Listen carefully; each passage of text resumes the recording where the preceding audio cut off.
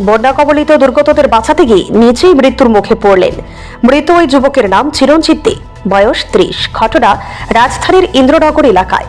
বৃহস্পতিবার সকালে কাটা খালের জলে বন্যা দুর্গতদের উদ্ধার করতে নামে চিরঞ্জিত সহ আরো 2 যুবক।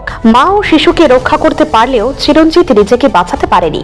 নিজের প্রাণের পরোয়া না করে অন্যের প্রাণ বাঁচাতে নেমে সাহসী এই যুবকের মৃতদেহ শুক্রবার জল কমলে জমির মধ্যে পাওয়া যায়। তাকে উদ্ধার করে জিবি হাসপাতালে নেওয়া হলে সেখানে কর্তব্যরত চিকিৎসক মৃত বলে ঘোষণা করেন। প্রশ্ন উঠেছে, কেন্দ্রীয় সরকার এনডিআরএফ এর জওয়ানদের রাজ্যে পাঠালেও কেন ওই সময় তারা ইন্দ্রনগর এলাকায় ছিলেন না?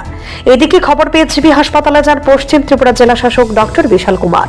কথা বলেন সাহসী যুবক প্রয়াত চিরঞ্জিতের শোকাহত পরিবার পরিজনদের সঙ্গে। দাবি উঠেছে পরিবারটিকে শুধু উপযুক্ত ক্ষতিপূরণই শুধু নয়, কোনো একটি মরণোত্তর সম্মান প্রদানেরও।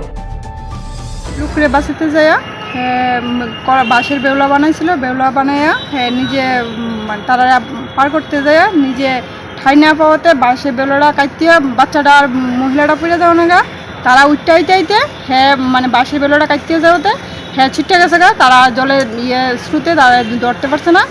পরে একটা লোক উপর থেকে কইতেছে বাঁচাও বাঁচাও, আর ধরতে না পারাতে তো জলে গেছে গা, তারা ফেরত আয়া পড়ছে আর কি। ওই পরে খোঁজাখুঁজি অনেক কিছু করছি, পাইছি না। প্রশাসনের লোক তখন আসে। যেহেতু আপনার ভাইয়ে উদ্ধার কাজে নামছিল, উনি কি একই নাম ছিল না সঙ্গে কেউ আছে? সঙ্গে আরো 2 জন আছে। আচ্ছা, তো এই ডুব যে ওনার সঙ্গে যারা আসলো তারা দেখছেনি বিষয়টা?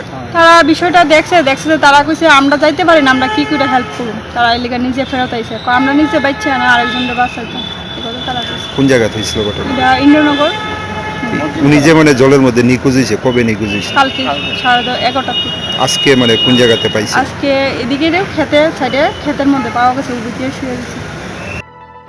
Bureau report, CNE TV.